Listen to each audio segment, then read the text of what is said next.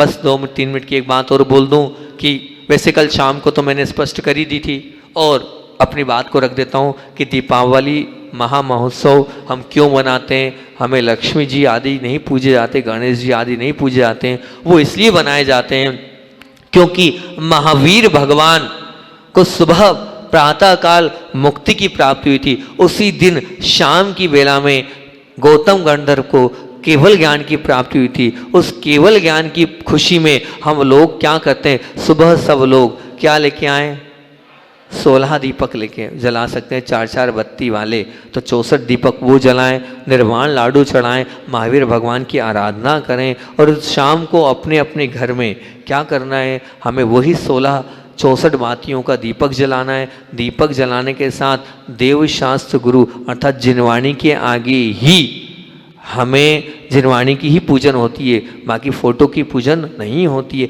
Photo आप लगा ले, प्रतीक में लगाने के लिए हम मना नहीं कर रहे हैं, लेकिन पूजन जिनवाणी की होती है। उस जिनवाणी की हमें पूजा आराधना करना है, और जिनवाणी की पूजा आराधना करके सरस्वती पूजा कर सकते हैं, गौतम गंधर्व परमेष्टि की आप आराधना कर सकते हैं। और साथ साथ में मुख्य जो मैं हमेशा बोलते आया हूँ, 64 रिद्धिधारी मुनिराजों के अर्घ चढ़ाना है, जो कि केवल ज्ञान की उत्पत्ति के प्रमुख होते हैं। वो महत्वपूर्ण पूजन है और वो कोई नहीं करता है। और मैं कह रहा हूं आप वही करो, आपके रिद्धि और सिद्धि बढ़ती चली जाएगी। आप सोले के कपड़े में शुद्ध वस्त्र पहनकर जिनवाणी माँ के आगे सरस्वती पूजन, सरस्वती अर्घ चढ़ाकर, गौतम गंधर्व भगवान का अर्घ चढ़ाकर, 64 रिद्धिधारी मुनिराजों के अर्घ आपको जरूर चढ़ाना, लेकिन सज धज कर नहीं। अरे सादे में नहीं, शुद्धि के धोती दुपट्टे में, धोती दुपट्टे पहनकर बड़ी भक्ति भाव से, अहो भाव से आपको वो भक्ति करना है। और उसमें यही बोला है कि 16 दीपक में 64 बत्तियां, एक एक बत्तियों में एक एक अर्घ आप चढ़ाते जाना, जलाते जाना। और अगर 64 कर सकते 64 दीपक लगाना, और फिर उन दीपकों को पूरे अपने घर में रख देना। बस ये मेरा कल ध्यान रखना। किसी और मैंने पूरा तरीका भी आपको कल बता दिया कैसे लिखना है। श्री लिखना है, फिर 1, फिर 2, फिर 3, फिर 4, फिर 5, और कैसे पूरा मंत्र भी, वो पूरा कल का मेरा आप देख लेना। समय को फिर से एक बार मैं आपको बता देता हूँ कि मेरा किसी की बात को काटने का कोई भी नहीं है। 2 से लेकर वो जो 4 का समय, उसमें निश्चित वो स्थिर लग्न है और उसी में होना चाहिए पूजन, स्थिर में ही की जाती है पूजन। लेकिन कल की वो मेष जो कुंभ लग्न है, उस पर राहु बैठा हुआ है, उसने उसको निर्बल बना दिया है। उस दोष, वो जो लग्न है वो दोषपूर्ण लग्न हो गई है। उसकी अपेक्षा आप 4 से लेकर 6 तक की जो द्विस्वभाव मीन लग्न आ रही है, उसमें आप जाएं। उसमें गुरु केंद्र में बैठ गया है। ये कोई ज्योतिषाचार्य ही जो अंदर तक उतरा होगा, जिसको बहुत अनुभव होगा, वही समझ पाएगा। वो जो आगे वाली लग्न वो बलवान बन गई क्योंकि गुरु बैठ गया है। और जब वो गुरु बीच में बैठ गया, केंद्र में बैठ गया, तो वो अपने आप में बहुत बलवान बन गई है। तो आप वो 4 से 6 के बीच में भी 4:50 से 5 का समय हमने दिया, 10 मिनट। क्या किया हमने, द्विस्वभाव लग्न में भी हमने नवांश निकाला, और नवांश में भी स्थिर नवांश जो सर्वश्रेष्ठ थी, वो समय हमने आप लोगों के लिए बीच में निकाल के दे दिया। आप उस समय आराधना करेंगे तो बहुत अच्छी बात है। ये मैंने कहा, लेकिन इतना ही है कि मैं किसी का विरोध के साथ मैं नहीं बोल रहा हूँ, पर श्रेष्ठ समय वही है। उस श्रेष्ठ समय से आप करेंगे तो बहुत अच्छी बात है। तो सबकी भावना करना तो सबको है, छोड़ेगा कोई भी नहीं, है ना, तो छोड़ेगा कोई नहीं। तो इस विधि से करना है, लेकिन मिथ्यात्व का संयोजन ना हो।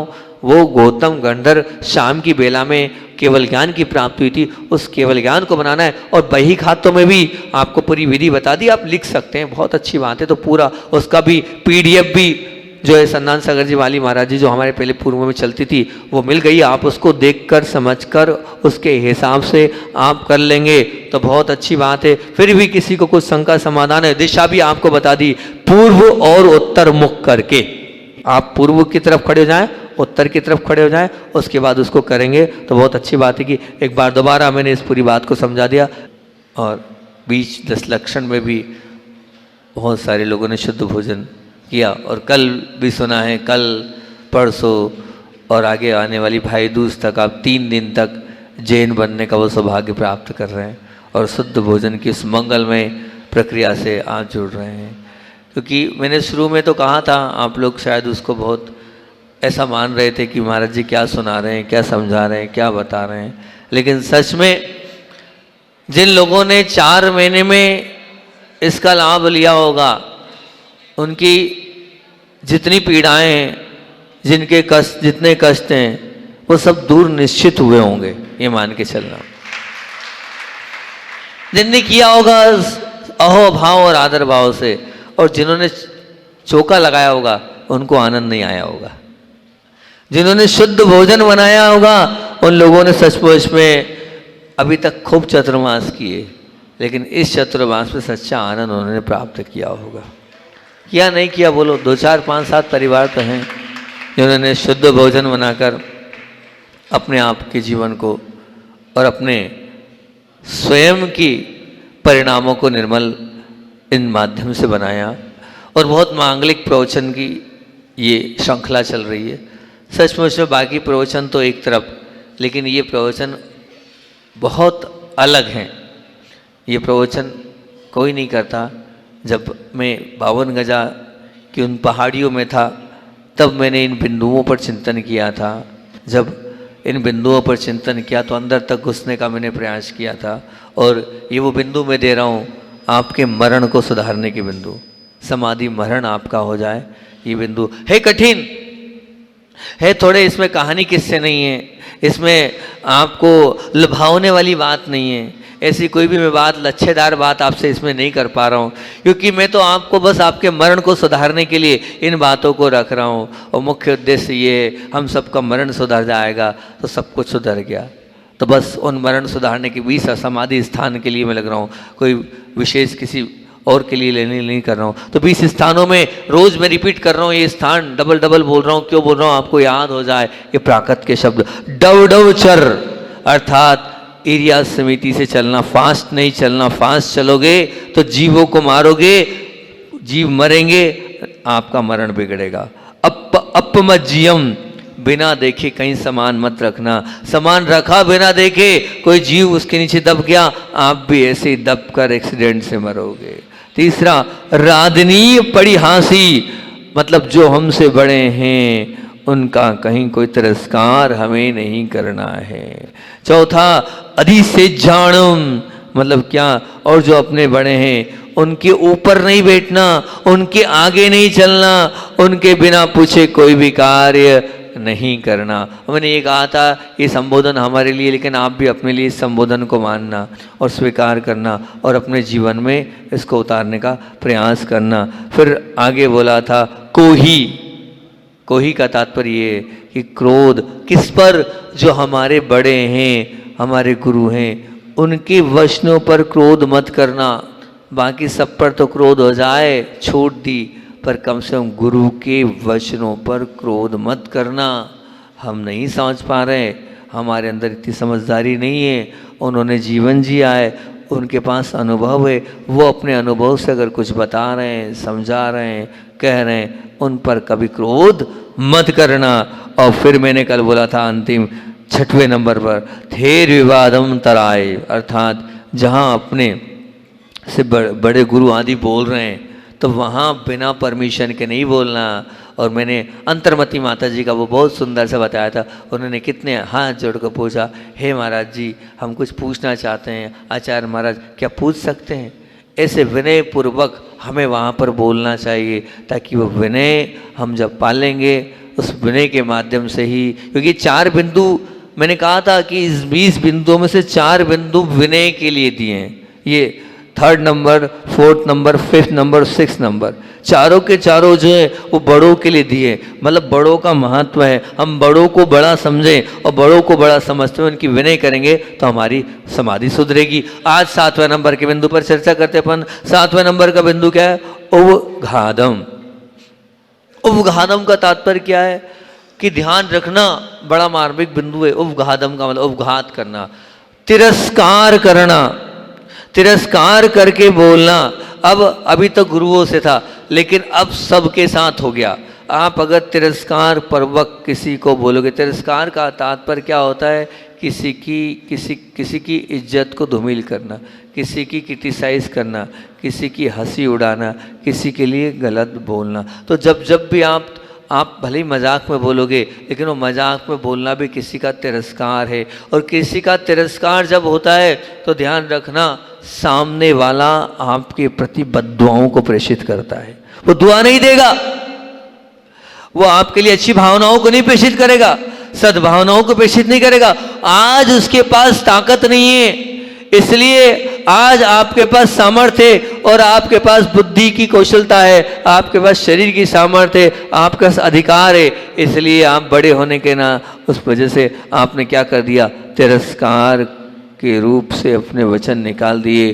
लेकिन ध्यान रखना, आपने तो तिरस्कार कर दिया, लेकिन निश्चित रूप से उसके संस्कारों में आपके प्रति गलत धारणा बन जाएगी और फिर वही गलत भावना, वही गलत धारणा आपकी। मैंने विचार किया इस पर बिंदु पर कि तिरस्कार कर दिया तो क्या हुआ, तो मैंने ये पाया, मतलब ये चिंतन किया मैंने, तो मैंने ये पाया कि तिरस्कार हमने किया सामने वाले का, और जब तिरस्कार करेंगे सामने वाले का तो निश्चित क्या वो हमारे प्रति अच्छे भाव रखेगा, क्या हमारे प्रति सद्भावनाएं रखेगा, क्या हमारे प्रति वो अच्छे अंदर से ये भाव बनेगा इसका भला हो। 3 काल में नहीं करेगा, निश्चित मान के चलना उसकी बद्दुआएं लगेगी, उसकी दुर्भावनाएं हमारे तक आएगी। और जब दुर्भावनाएं और बद्दुआएं हमारे साथ रहेगी और जिंदगी भर हमने सबका तिरस्कार ही किया, हमेशा हंसी हंसी में हमने सबकी हंसी उड़ाई, जब जो व्यक्ति तिरस्कार ले लेकर बद्दुआओं को ग्रहण करेगा तो निश्चित रूप से फिर उसका क्या होगा, समाधि क्या उसकी हो सकती है? नहीं हो सकती, बिल्कुल नहीं हो सकती। इसलिए हंसी मजाक में भी, खेंके खिल्ली में भी किसी के तिरस्कार रूपी वचन मत बोलना, किसी की इज्जत को उतारना मत, किसी के साथ गलत मत बोलना, नहीं तो आप बोलोगे। इसके अलावा क्या हो सकता है, मैं आपसे पूछ रहा हूँ, ये मेरा चिंतन मैंने आपको दिया, ये तो 20 बिंदु आचार्य भगवान ने हमें समझाए कि इसके कारण समाधि होती है। आखिर अगर तिरस्कार वाले वचन होंगे तो इसका अर्थ तो हम यही निकाले ना कि निश्चित रूप से हम जिसका तिरस्कार, जिसकी हंसी उड़ा रहे, जिसका अपमान कर रहे हैं, जिसको हम बीच बाजार में नीचे उतार रहे हैं, है ना, 10 लोगों के बीच में उसके साथ हम गलत कर रहे हैं, तो वो तो बद्दुआएं देगा, उसके अलावा तो कुछ नहीं। समाधि बद्दुआ से क्या नहीं बिगड़ेगी, हमारा मरण क्या सामने वाले की दुर्भावनाओं से नहीं बिगड़ेगा। अरे आचार्य श्री जी बोलते थे कि भावनाएं ऐसी होती है कि अगर वो नज़र लगा दे तो उसकी नज़र से अच्छे व्यक्ति की स्थिति खराब हो जाती है। कितनी बार इस नज़र के कारण मृत्यु तक हो जाती है। आचार्य श्री जी इस बात को स्वीकार करते थे और कहते थे ऐसा नहीं है कि अगर किसी की गलत धारणा और किसी की गलत बुरी नज़र लग जाती है, तो नज़र लग जाती है तो निश्चित रूप से इसका भी प्रभाव पड़ता तो होगा ना, पड़ता ही है भैया। हम रोज़ शाम को तो सुबह शाम आपके साथ क्या कर रहे हैं, सद्भावनाओं को प्रेषित करो, सबका भला हो, सबका कल्याण हो, सबकी रोग पीड़ाएं दूर हो। हम भावनाओं को जो प्रेषित करते हैं तो होता है, ये मान के चलना, अगर अच्छी पवित्र भावनाओं से, निर्मल भावनाओं से आपने सद्भावना व्यक्त करी तो आपकी सद्भावनाएं लगती है, होता है। कितने ही लोग आते हैं और चले जाते हैं और उनका सबका भला होता है, उनकी पीड़ाएं रोग समाप्त तो होते चले जाते हैं, तब होते हैं। तो इस क्या जब भावनाएं लगती है तो क्या दुर्भावनाएं नहीं लगेगी? जब भावनाएं लगती है तो दुर्भावनाएं नहीं लगती। मैं बोलता हूं ध्यान रखना, भावनाओं से ज्यादा दुर्भावनाएं काम करती है। क्या बात कर रहे हो मैं, बिल्कुल भावनाओं में हमारा मन इतना मतलब संलग्न नहीं रहता, लेकिन दुर्भावनाओं में पूरे मन वचन और काय से बद्दुआ लगती है। देखना आप, जब आप किसी पर क्रोध करते हो तो ऐसा क्रोध करते हो कि रोम रोम से निकलता है वो। जब समुद्घात का प्रकरण आया तो समुद्घात के प्रकरण में हमने पढ़ा, मैंने कहा गजब है यार, ये कैसे कर रहे हैं आचार्य महाराज हैं। समुद्घात हैं, आप लोगों ने पढ़े होंगे समुद्घात, थोड़ा बहुत जो स्वाध्यायशील होगा वो समझ जाएगा कि समुद्घात एक प्रकरण है। उसमें एक कौन कौन से समुद्घात, कोई एकांत जना माँ बता देगी कौन कौन से समुद्घात होते हैं? वे, हाँ थोड़ा तेज बोलो, माइक दे दो भैया। एक बहुत अच्छी बात माँ बता रही, सबको सुन लो, ये बहुत अच्छा प्रकरण है। हाँ माँ बता रही, बोलो, सुन लो सभी लोग ध्यान से, फिर मैं बता रहा हूँ क्या कहलाता है समुद्घात और क्या मैं विषय देना चाह रहा हूँ आपको इस पर। हाँ बोलो। वेदना समुद्घात। पहला धीरे धीरे, पहला वेदना समुद्घात मतलब क्या होगा? मेरे शरीर में अगर पीड़ा हो रही है, अगर मैं उससे कहूँगा वो भगवान बहुत दर्द हो रहा, बहुत पीड़ा हो रही, बहुत, उससे उस पूरे परिसर में विचार करना, उस परिणाम से वो पूरा परिसर जो है आघात को प्राप्त होगा। आघात को 4 गुना वो वेदना समुद्र जितने हो उससे 4 गुना के जीवों तक उसका असर पड़ेगा। ये आगम के कथन है। ये होता है जब आपको दर्द पीड़ा होती हो, जब आप चिल्लाते हो, चीखते हो और भावनाओं को व्यक्त करते हो, ये वेदना समुद्घात है। आगे कषाय समुद्घात। अब देखो क्या बोलते हैं यहाँ, ये क्या बोल रहे हैं, कषाय समुद्घात। जब जब भी क्रोध मन से भी करोगे उसका समुद्घात फैलेगा और चारों तरफ जाएगा। तो क्या आपने किसी का तिरस्कार किया, किसी की हंसी उड़ाई, किसी को गलत बोला, 4 लोगों के बीच में उसकी इज्जत उतारी, क्या वो कषाय नहीं करेगा? क्या दुर्भावनाओं को व्यक्त नहीं करेगा? आगम कह रहा है कि कषाय समुद्घात होता है। गुस्से में उसके परिणाम चारों तरफ जाते हैं। उस पर परिणामों का दुष्प्रभाव आपके जीवन में निश्चित रूप से पड़ेगा। ये निश्चित मान के चलना, ये कषाय संलेखना है। आप इस प्रकरण को समझें। कभी भी किसी के साथ तिरस्कार नहीं करें, किसी की इज्जत नहीं उतारे, किसी की हंसी नहीं उड़ारे। आज उसके पास ताकत नहीं है, हो सकता है उसने गलत कर लिया, हो सकता है उससे नहीं बना और वो नहीं कर पाया, है अपने अपनी ताकत, है अपना अपना बल, है अपनी अपनी शक्ति, नहीं बन पाया उससे। लेकिन आपने क्या किया, आपने उसकी हंसी उड़ा दी। उस हंसी का परिणाम क्या हुआ, वो बेचारा अपने आप में उसका आत्मबल गिर गया, अपने आप में वो कमजोर बन गया, अपने आप में वो दुखित हो गया और अपने आप में वो कैसा हो गया, डिप्रेशन तक में आपकी हंसी से लोग चले जाते हैं। आपने तो 4 लोगों के बीच में हंसी उड़ा दी उसकी, वो व्यक्ति डिप्रेशन में चले गया, मानसिक असंतुलन खो देता है वो व्यक्ति अपना, आपकी हंसी से, आपके तिरस्कार से, आपके दुर्वचन है ये। इन दुर्वचनों से आप विचार करना, जीवन में सब करना, लेकिन अपने वचनों के माध्यम से किसी प्रकार से किसी की हंसी मत उड़ाना।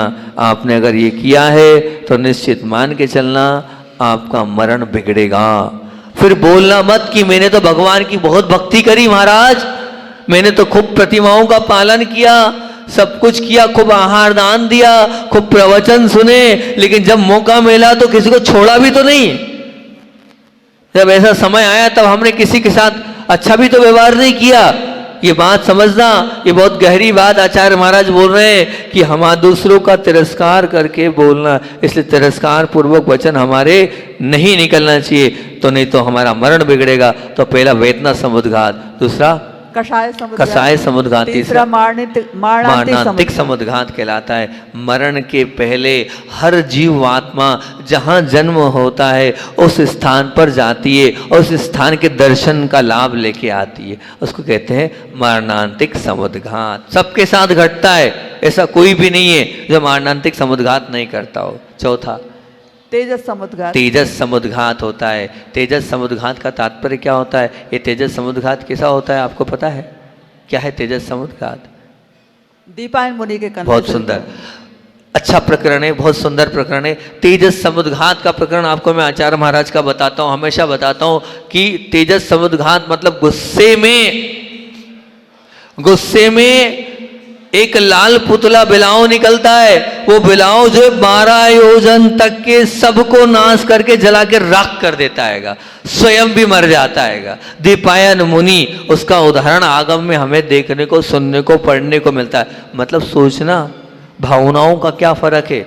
इतना ऐसी रिद्धि है उस तेजस समुद्घात से, 12 योजन तक की सब कुछ समाप्त। अब विचार तो करो, जल के राख, अरे द्वारिका जल गई, वो पानी डाल रहा तो पेट्रोल का काम कर रही है, ये तेजस समुद्घात है। कुछ नहीं, ये भावनाएं हैं, अंदर का गुस्सा है, अंदर का क्रोध है। अगर किसी के साथ क्रोध किया और कहीं तेजस समुद्घात निकल गया उसका, तो क्या होगा विचार करना। ये तो एक बात हो गई, लेकिन दूसरी बात और है, शुभ भी होता है और अशुभ भी होता है। गुरुदेव की बात मैं बार बार बोलता हूँ, जब मुझे वो रेवती रेंज की बात याद आती है। रेवती रेंज में जब पूज्य गुरुदेव ने मुझसे कहा था, मैं वहीं बैठा था और उस समय गुरुदेव ने कहा था, काश मेरे पास शुभ तेजस रिद्धि होती तो मेरे यहाँ से एक दाहिने उससे एक पुतला निकलता और 12 योजन तक के पूरे जीवों को वो सब का सब पूरी रोग शोक पीड़ा मिट जाती। हे भगवान, हे आचार्य भगवान, वो तेजस रिद्धि मेरे अंदर आए। और ये कैसा कोरोना का काल है कि यहाँ मरण भी कर रहे हैं तो अपने मरने वाले को जो है जला भी नहीं सकते हैं, देख भी नहीं सकते हैं। ये क्या है? एक वीडियो बच्चे की दिखाई, एक बच्चा रो रहा था। विनय भैया ने एक वीडियो दिखाई, हम बैठे थे, आचार्य श्री एकदम व्यथित हो गए, आचार्य श्री की आंख से आंसू आ गए, ऐसे लगने लगे देखो क्या है बताओ, वो बच्चा रो रहा है, तड़प रहा है, माँ माँ कर रहा है, और माँ उधर खड़ी है दूर, वो जा भी नहीं रही है उसके पास, उसको कोरोना हो गया है, इसको कोरोना हो गया है, ये काहे का ऐसी कौन सी बीमारी है। तब आचार्य श्री जी के शब्द थे, काश मेरे पास ऐसा कुछ होता कि पूरे संसार को मैं निरोगी बना देता, सुभिक्ष कर देता, ऐसा कुछ हो जाता। तभी आचार्य श्री जी ने बात बोली। मैंने उनकी वेदना सुनकर जब उसके बाद में कमरे में आके बैठा तो मुझे भी लगा कि आचार्य श्री कितने पीड़ित थे। सामायिक के बाद में अकेला गुरुदेव के पास पहुंचे। वैसे उस समय रेवती रेंज में तो पूरा लॉकडाउन था, कोई जाता ही नहीं था। मैं गुरुदेव के चरणों में पहुंचा और मैंने गुरुदेव से यही निवेदन किया, आचार्य श्री आप कितने व्यथित हैं इस कोरोना को लेकर। आप बताइए हम कौन सी माला करें, कौन सा जाप करें, कौन सा मंत्र का अनुष्ठान करें जिसके माध्यम से सबकी रोग पीड़ाएं और कष्ट दूर हो जाए। आचार्य श्री जी हमारे बहुत कम शब्दों में बोलते हैं, और सिर्फ उन्होंने इतना ही बोला था कि वो गंधर वलय का है ना, उसमें सब औषधि वाले जो रिद्धिधारी मुनिराज है उसका पाठ करो, उसका वाचन करो। तो मैं बस उसी का वाचन आपको कराता हूँ। वही मैंने मंत्र सिद्ध किया, वही मेरी ताकत है, वही मेरी ऊर्जा है। नमो सव्वो सही पत्ताणम। इसका अर्थ ये क्या? इसका अर्थ है, इसका अर्थ यही दिया है आगम में। ये नमो सव्वो सही पत्ताणम का अर्थ ये होता है कि वो मुनिराज जिनका क्या रोम रोम, आज वैसे तो मैंने ये जो है इस पर पूरा का पूरा मेरे वहाँ पर निवेदन था मुझ पर कि महाराज जी बताइए, तो मैंने इस पर पूरे प्रवचन किए गंधर्व वलय के मंत्र पर बांसा में, आप उठा लेना। मुझसे यहाँ भी कहा था इसका दो लोगों ने बोला अर्थ बताओ, लेकिन अब कब कहाँ समय तो हो तब तो बताऊं। पर नमो सव्वो सही पत्ताणम का शाब्दिक अर्थ मेरे सामने पुस्तक खुली है, उसी में से एक एक शब्द आपको पढ़कर सुनाता हूँ। नमो सव्वो सही पत्ताणम का अर्थ क्या होता है? सर्व औषधि जिनों को नमस्कार हो, सर्व औषधि जिनों को नमस्कार हो। अर्थात क्या अर्थ है? रस, रुधिर, मांस, मेदा, अस्थि, मज्जा, शुक्र, फुफ्फुस, खरिश, काले, मूत्र, पित्त, आंतड़ी, उच्चार मतलब जो निकलेगा खकार आदि, मल आदि, और यहाँ तक कि उनके शरीर से स्पर्श की हुई वायु भी अगर आ गई तो वो औषधि का काम करती। ऐसे शव्वो सही पत्तानम, सर्व अवयव रोम रोम जिनका औषधि का काम करता है। आचार्य श्री जी ने वो मंत्र मुझे दिया था। वो दिन है कि आज तक का दिन है, आज तक उसका अनुष्ठान करता आया हूं। और अगर कोई ठीक भी होता है तो मैं यही बोलता हूं, मैं ये नहीं बोलता हूं मैंने ठीक किया है, मैं एक ही बात बोलता हूं, मेरे गुरु ने ठीक किया है, मेरे गुरु की कृपा है, और ने दया और करुणा से मुझे ये मंत्र दिया था और मैं वाचन करता हूं और सबको देता हूं। ऐसा नहीं कि मैंने अपने पास छिपा के रखा है, मैं तो सबको बांटता हूँ। तो नमो सव्वो सही पत्ताणम प्रकरण याद आ गया तो मैंने आपको ये प्रकरण भी पूज्य गुरुदेव का संस्मरण भी हो जाता है। नितेश भाई बोले संस्मरण, बोले महाराज रोज कुछ ना कुछ तो सुन ही देते हो, गुरुदेव का संस्मरण तो हो ही जाता है। तो निश्चित रूप से ये गुरुदेव की करुणा थी, उन्होंने दिया। और मैं मानता हूँ कि मतलब अगर 100 लोग आते तो मैं तो मानता हूँ कि 100 में से 90 लोग तो इससे निश्चित रूप से ठीक होते होंगे। 2, 5, 10 भले नहीं होते हो तो नहीं होते हो, पाप कर्म का उदय। कभी कभी ऐसा भी मैंने पाया है, आपको बताएं, कल परसों मैंने इसको भी रखा था कि मैं मेरी पूरी ताकत लगा रहा हूं, मैं मेरी पूरी ऊर्जा लगा रहा हूं, सामने वाला ठीक नहीं हो रहा है, क्या कारण है? तो पकड़ में बाद में आया कि मेरी इतनी ताकत भी बाद में कोई ठीक नहीं हुआ। तो इसका तात्पर्य ये कि उसने अपने पापों का प्रक्षालन, वो पवित्र नहीं है, वो शुद्ध नहीं है, उसने अपने आप को शुद्ध नहीं किया, अपने पापों को स्वीकार नहीं किया। जो व्यक्ति पवित्र होता है उसी को सद्भावनाएं लगती है, और जो व्यक्ति पवित्र नहीं होता, जो अपने पापों को स्वीकार नहीं करता ना, उसको मैं कितना ही कुछ कर लूं मेरी ताकत ऊर्जा जाएगी ही नहीं, क्योंकि उसका खुद का प्रक्षालन नहीं है। जब वो खुद स्वयं से स्वीकार करेगा, मानेगा और अपने आप को पवित्र पावन बना लेगा, तो निश्चित रूप से मान के चलना कि सब कुछ उसका अच्छा और सब कुछ मंगल उसका हो जाएगा, नहीं तो नहीं होने वाला है। गलती मैंने कल भी खूब, कल का मेरा शाम का 15 मिनट की जो रहती है मैं उसको रिकॉर्ड नहीं करने देता हूँ, क्योंकि 15 मिनट वाली 20 मिनट की हमारी दादी माँ लोगों के साथ जो क्लास होती है बहुत अलग टाइप की होती है, एकदम अंदर से हृदय की बात होती है। तो मैंने कल एक बताया था, वो तो मैं नहीं बताऊंगा यहाँ पर कैसा कैसा किस किस प्रकार से उन लोगों को एक सत्संग बताया था, पर मैं हजारों बार एक ही चीज़ को बोल रहा हूँ, अभी भी बोल रहा हूँ। और हालांकि बहुत मैं मानता हूँ बहुत लोगों ने अपने आप को पवित्र किया, गलती सबसे होती है, गलती हो रही है इसलिए हम यहां पर अटके, नहीं तो भगवान के बाजू में बैठ जाते। पर गलती करने के बाद स्वीकार कर लो और अपने आप को पवित्र बना लो, अपने आप को पावन बना लो और सब कुछ धो लो, तो निश्चित रूप से मैं यहां से ओम करूंगा और आपका काम हो जाएगा। पर पहले क्या होना पड़ेगा? पवित्र बनना होगा, पावन बनना होगा, निर्मल बनना होगा और अपने आप को सब कुछ धोना होगा। जब आप धुल जाओगे और पवित्र बन जाओगे तो मेरी सद्भावनाएं भी आप तक पहुंचेगी और आप निश्चित रूप से आपका सबका कल्याण हो जाएगा। और नहीं धो पाओगे तो नहीं हो पाएगा आपका भला भैया, नहीं हो पाएगा। हमारे यहाँ तो एक बात ध्यान रखना, मैंने जब अभी बोला था कि एक उसमें बोला था मैंने कि 12 तप हैं। कितने तप हैं? हमने सिर्फ मात्र उपवास को तप मान रखा है, हमने सिर्फ मात्र उपवास को तप मान रखा है। देखने में वही आता है महाराज जी का उपवास है, तपस्वी महाराज है, नहीं, बिल्कुल नहीं। मैं आपसे कह रहा हूं ये आप में धारणा बहुत, उससे बढ़कर आप उठाकर देखो आगम को। 12 तप में क्या आता है? प्रायश्चित, विनय, वैयावृत्ति, स्वाध्याय, विसर्ग। ये प्रायश्चित तप क्या है? प्रायश्चित, प्रायश्चित का तात्पर्य, प्रायश्चित को तप बोला है। विचार करना, अगर हमने अपने पापों को स्वीकार किया और उसका प्रायश्चित मिला, हम तपस्वी हो गए, हमने तप कर लिया। स्वीकार करने के बाद अगर गुरु ने हमें कुछ दिया है और हम उसको स्वीकार करके पाल रहे हैं तो हम क्या बन गए? बोलो तो सही, हम तपस्वी नहीं बन गए। उपवास करने वाला तपस्वी नहीं होता है, अपने पापों को स्वीकार करने वाला उससे बड़ा तपस्वी है।